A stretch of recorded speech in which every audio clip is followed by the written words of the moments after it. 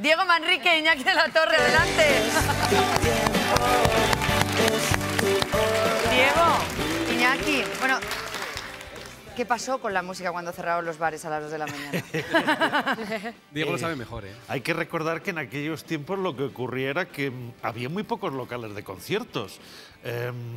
Empieza un poco la Sala del Sol, pero pasan 2 o 3 años antes de que sea habitual ir a los conciertos y que haya conciertos pues prácticamente todas las semanas.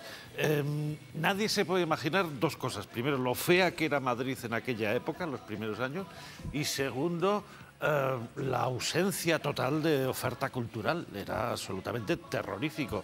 ¿Qué ocurre con la movida? Pues que de repente hay 1000 cosas y eso es como pasar de 0 a 100. ¡Wow!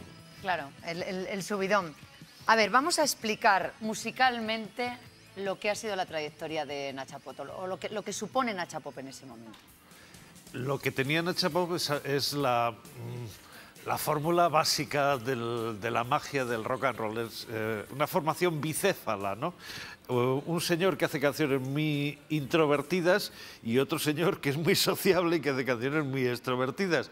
Un señor que hace canciones muy mirándose a sí mismo y alguien que, por ejemplo, pues en el primer disco de Nacha Pop hay una canción que ya anticipa lo que va a ser la movida y es Nadie puede parar los torpedos y los patos van a tocar esta noche, el ambiente está esto, nadie puede parar.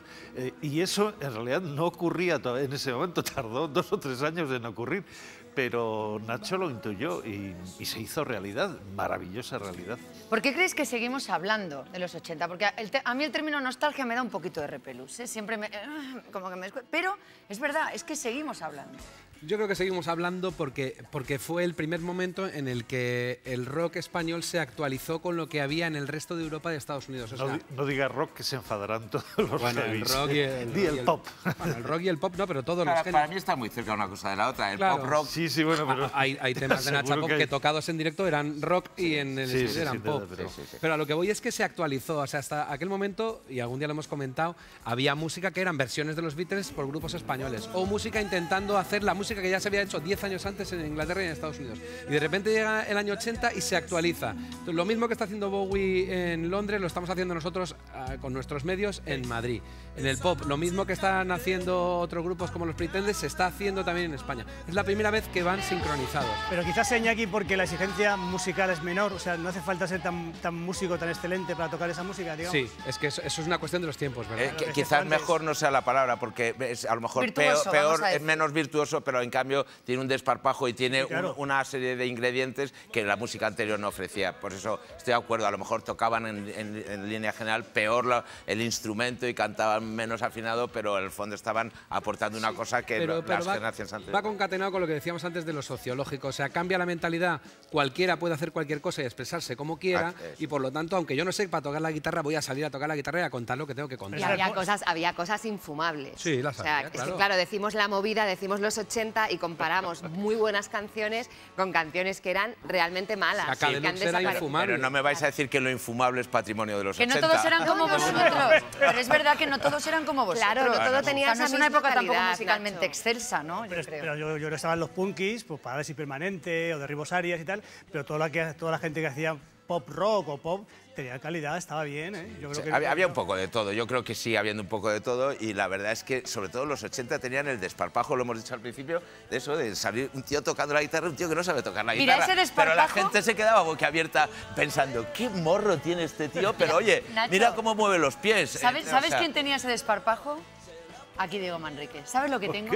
Un vídeo tuyo, de los 80. Lo pongo después de la publicidad. Hasta ahora. Te tengo.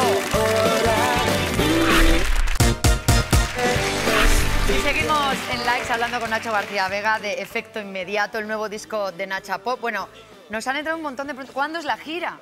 Pues, hemos dicho, habrá gira y todo el mundo preguntando, ¿cuándo? A partir de finales de abril, por ahí, hasta octubre estaremos tocando. Uy, qué bien. En verano, qué listo. Qué bueno, en verano, un poquito de la primavera y un poquito del otoño. Mira, estaba viendo aquí la canción número 9, Espacio y Tiempo. No estamos en ese espacio y en ese tiempo que representan los 80 y quiero preguntaros, ¿Realmente fue movida promovida por el ayuntamiento o fue un poco menos? No, yo creo que el ayuntamiento se apuntó a una cosa que estaba sucediendo. Los políticos son muy listos, saben en qué momento, cuándo y por qué, y antes han sacado la calculadora y han dicho, me apuesto por esto. Pero bueno, además hay una cosa, ¿qué pasa si fuera así? Vamos a ver, en el 85 viene a Madrid, me parece que era la ministra de Cultura de Finlandia, y dice a los que la reciben, dice, yo quiero conocer la oficina de la movida.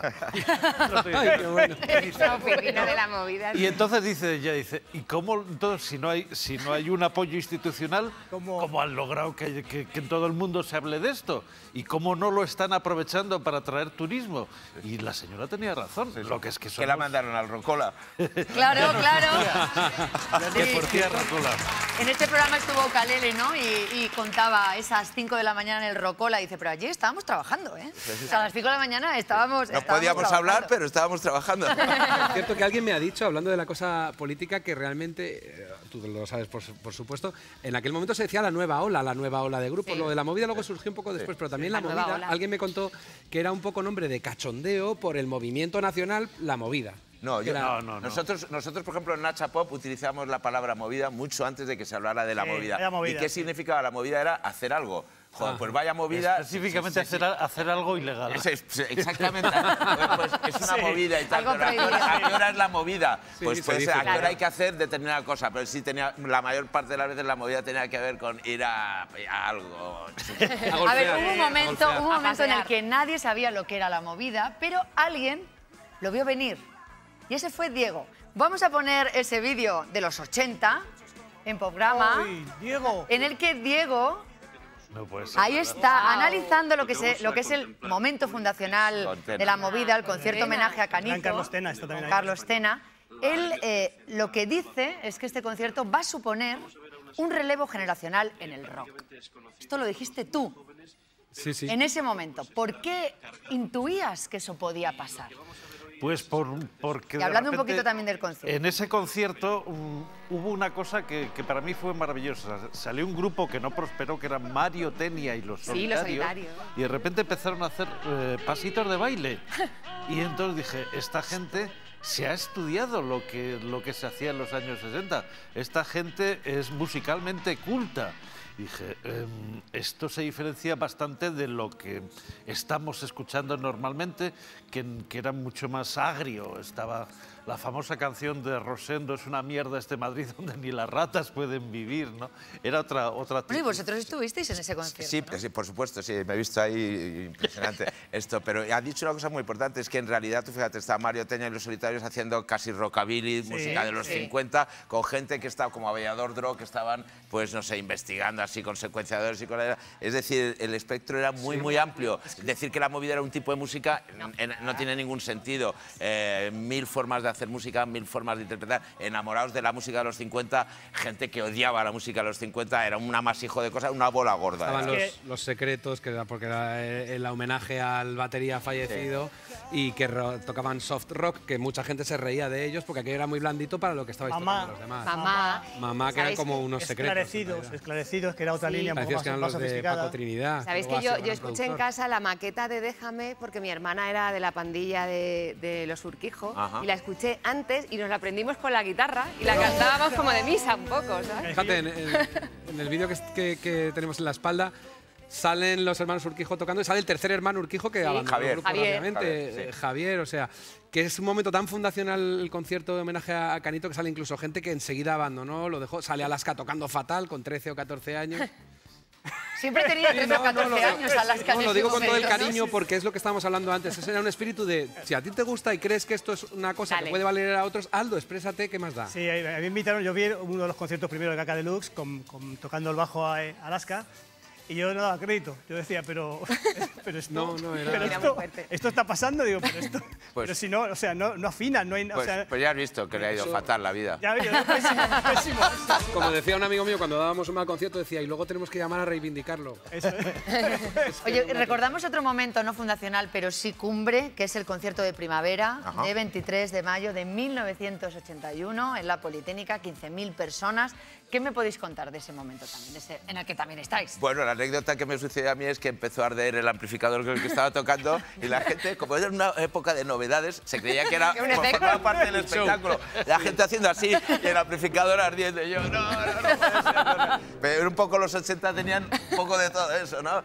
O sea, podría haber sido provocado perfectamente. Es un buen símbolo, además, ese concierto. Ahora nos cuenta Diego que estuvo allí, pero visto desde fuera es un gran símbolo de lo que hizo Radio 3 y la prensa musical que también se abrió, que eso fue otro ejercicio que yo creo que tú reconocerás, que es que la prensa musical dejó el mainstream anterior, digamos, el que era complaciente con las músicas suaves y anteriores, y dijo, esta gente vale la pena, como hemos visto a Diego.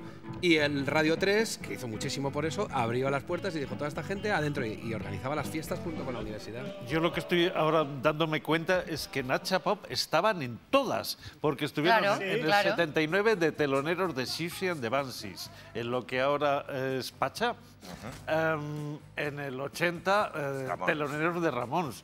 Dices, tío, pero bueno, tenían muy buenos amigos, eso hay que reconocerlo. No, bueno, ¿sabes lo que pasa? Que estábamos un poquito también en la línea de flotación, lo que hablabais antes, ¿no? De gente que sí tocaba de maravilla y otros que tocaban como el culo, gente que iba a los pelos pintados y otros no, y nosotros estamos en la línea de flotación, sabíamos que íbamos por nuestro carril y que todo nos parecía bien, pero nosotros íbamos por otro lado, ¿no? ¿Y creéis que hay una fuerte influencia musical, hablo de música, de los 80 en, bueno, discos de ahora, trabajos de ahora? Yo diría que hay un momento en que los grupos que salen en los 90 abominan de todo lo que ocurrió en los 80 y empiezan a cantar en inglés y no buscan el gran público, y de repente alguien que es como una especie de gurú del movimiento indie, que es J de los Planetas, de repente empieza a decir, no, pero si Mamá eran muy buenos, y de hecho tenemos que ir a los años 60 y escuchar a Los Ángeles y a Los Módulos y tal. Y es el momento en que hay una reconciliación que todavía está funcionando. Bueno, pero en los 90 había gente que, sabiéndolo o sin saberlo, por ejemplo, copiaba ese espíritu tan naif que tenían, por ejemplo, las chinas, que creo que solo sacaron, no sé si fue un maxi single o un disco. Maxi single. Ole, ¿cómo ha sonado este programa? Maxi single. Explica lo que es un maxi single, bueno, por favor. Un single que duraba, no sé si eran 8 o 10 minutos. En fin, que sacaron solamente un disco y era una música muy inocente, con una estética muy inocente, lo estamos viendo en los vídeos que tenemos a la espalda. Y grupos como los Fresones Rebeldes de los 90, que era otro grupo de chicas, hacían lo mismo, una voz así un poco, lo que llamaban de broma el tonti pop o el pop piruleta, muy suavecito, muy tranquilo, y que venía de los 80, de grupos como esos, de inocentes. Que era gracioso porque en los 80 salían los grupos como Setas y morían también igual de rápido. Sí, en efecto inmediato, mira, ahí tenemos los Fresones Rebeldes, ¿no? Con ese traernos un poquito de los 80. ¿Hay algún, bueno, es que preguntarte a ti si hay alguna influencia de los 80 en efecto inmediato es casi una estupidez, pero me dices, no sé, ¿en qué la voy a identificar más? Yo creo que en el juego de guitarras, estilísticamente, entiendo que es un disco con canciones atemporales, creo que eso es muy importante, no parece música de los 80 ni de los 90, es música sin más, creo que son buenas canciones, pero en todo caso sí que la forma de la base rítmica y las guitarras, el tipo de melodías, sí en algunos momentos tiene que ver con esa música directa de los 80, no con el típico sonido de los 80, pero sí con esa forma de entender la música que es atemporal, que es hacer una canción de 3 minutos y medio con unas guitarras muy definidas, con una melodía de voz muy definida y con un título que te coja por el cuello. Mira, Nacho, si yo ahora te miro y te digo, cierra los ojos, ¿qué recuerdas de los 80? O sea, si ahora tuvieras que tener un recuerdo visual, ¿cuál sería? Pues no sé. ¿Estarías sobre un escenario? No sé, pues mira, el primero que me ha venido, no, estamos patrullando, que le llamábamos nosotros, que es dar vueltas con el coche, como American Graffiti, un poco en el punto ese de American Graffiti, patrullando y nada, y cerrando las ventanillas, subiendo las ventanillas.